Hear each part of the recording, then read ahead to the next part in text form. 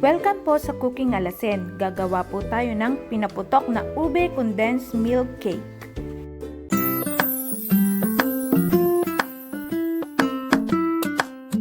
Ito po ang ating mga kakailanganin. 2 tasa ng harina,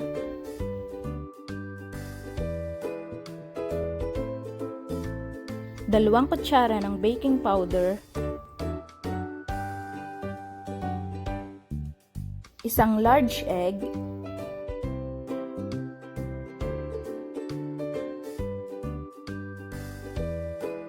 at 1 tasa ng tubig.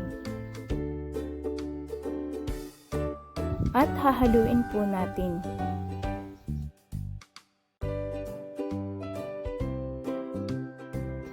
Kapag garinin na ho ang ating mixture, saka ho natin ilalagay ang 1 lata ng ube condensed milk.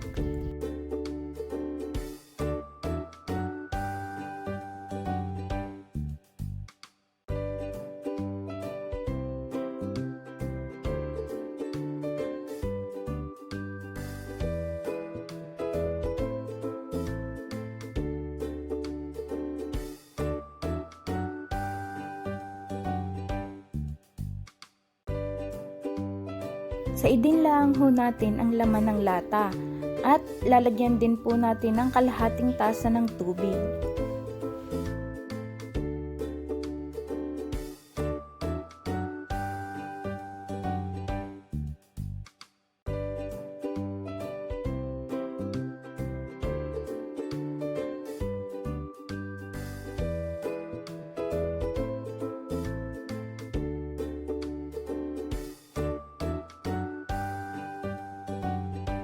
Haluin lamang po nating mabuti hanggang sa mag-well combined ang mga ingredients at wala nang makikitang mga buo-buo na mga harina.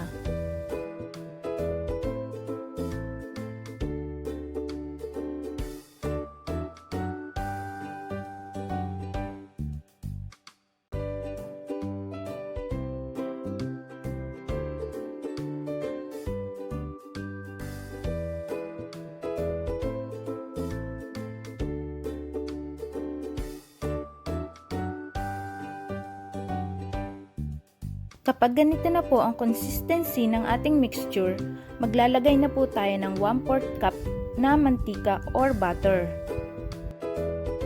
At haluin lamang po nating mabuti.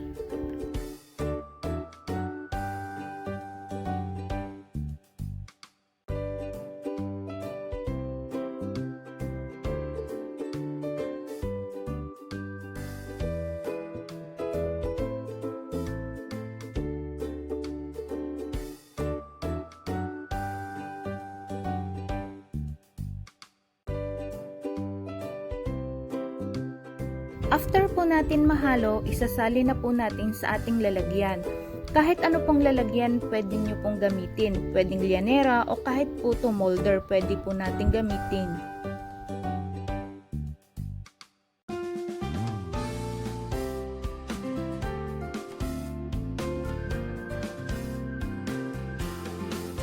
Ilalagay na po natin ang ating cheese. Ang ginamit ko pong cheese ay Eden cheese. Tapos, hiniwa ko po siya ng maliliit. Habang ginagawa ko ho are, nag-prepare na rin ako ng tubig sa steamer para sa pagpapakulo.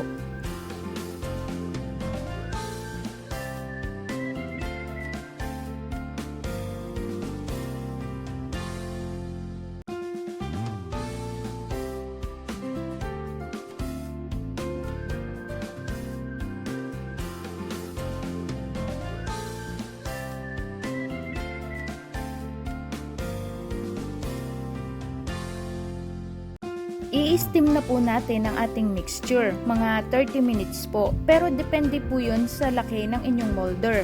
Kung maliit lang naman po ang molder nyo, mas madali lang po siyang maluluto. After po 30 minutes, ito-toothpick check po natin. Kaso malaki po itong ginawa ko kaya barbecue stick na lang po yung ginamit ko. Kapag may sumasama pa pong mixture, i-steam pa po natin ng kaunti pang minuto.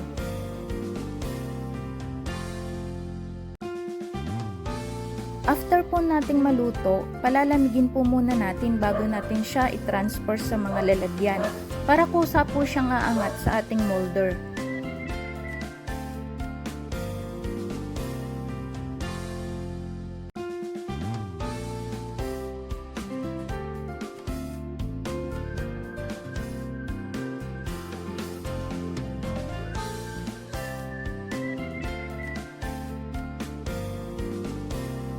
Ito na po ang ating pinaputok na Ube Condense Milk Cake. Napakadali lang po niyang gawin para lang po kayong gumagawa ng puto.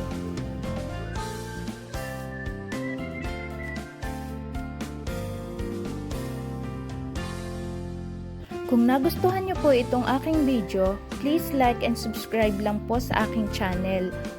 At marami pa po akong i-share sa inyo ng mga budget-friendly na recipe. Maaari nyo rin po siyang gawing birthday cake. Lagyan nyo lang po siya ng icing sa ibabaw at mga dekorasyon. Makakatipid na po kayo.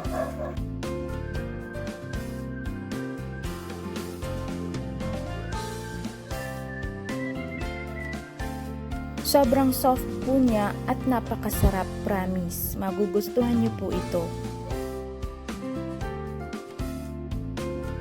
Shoutout nga pala sa channel ni Sushi May. Maraming salamat sa iyo at kay Rena Limbarientos. Thank you so much. At shoutout din sa channel ni Badot.des, Lilian at Z-Vlog. More blessings to come po. God bless. Maraming salamat po sa panunood.